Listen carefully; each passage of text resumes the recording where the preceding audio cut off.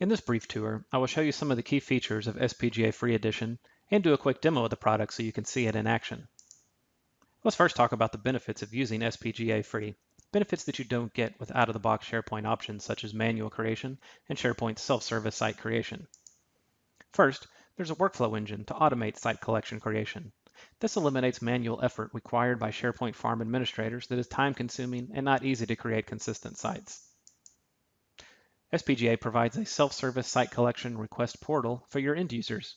End users don't have to email administrators or the help desk or anyone to request a new site. They simply go to the request portal and fill out the appropriate SharePoint form.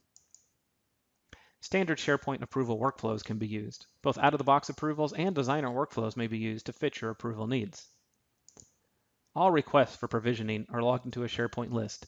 This assists with auditing site collection creation activities and provides you a single place to see all requests for new SharePoint sites and important information pertaining to those requests. Site permissions can be specified in the request and automatically applied once approved. As the user completes the form, they specify everyone who needs access and the level of access, and the SPGA workflow engine adds them to the appropriate groups once the approval process is complete. Valuable metadata can be collected by administrators at the time of the submission. Administrators use the request form to gather as much information as they see fit about the specific requests. Standards such as site quotas, site templates, and site collection administrators are enforced by the request profile.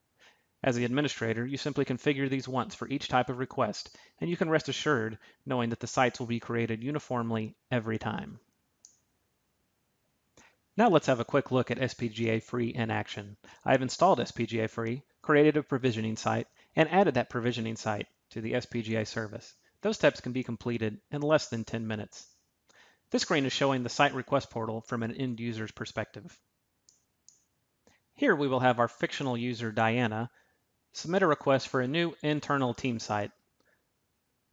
On the portal, she simply goes to that site and clicks Make Request. You can see here I've completed the new request form. Diana is creating a new site for her open enrollment team. So she's put that in as the site title. She's also set a description, selected her appropriate department, is adding Alan as a secondary site collection administrator. The profile I have will automatically set the requester as the primary site collection administrator. You can of course change those options if they need to be some of your SharePoint administrators instead of the users submitting. She's also adding the open enrollment team, AD group, to the site members, and adding everyone to the visitors group. When the form is complete, you simply click Finish. The request will now go through the approval process that you have set up.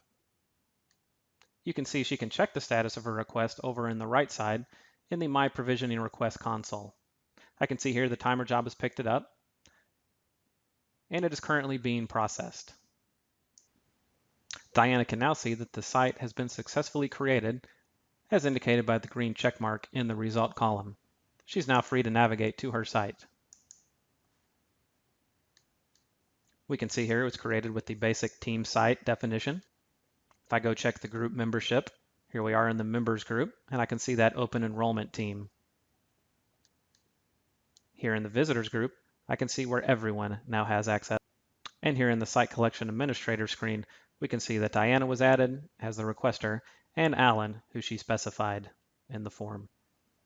If we now look at the provisioning site from the administrative perspective, we can see this execution settings option has been added to the provisioning site.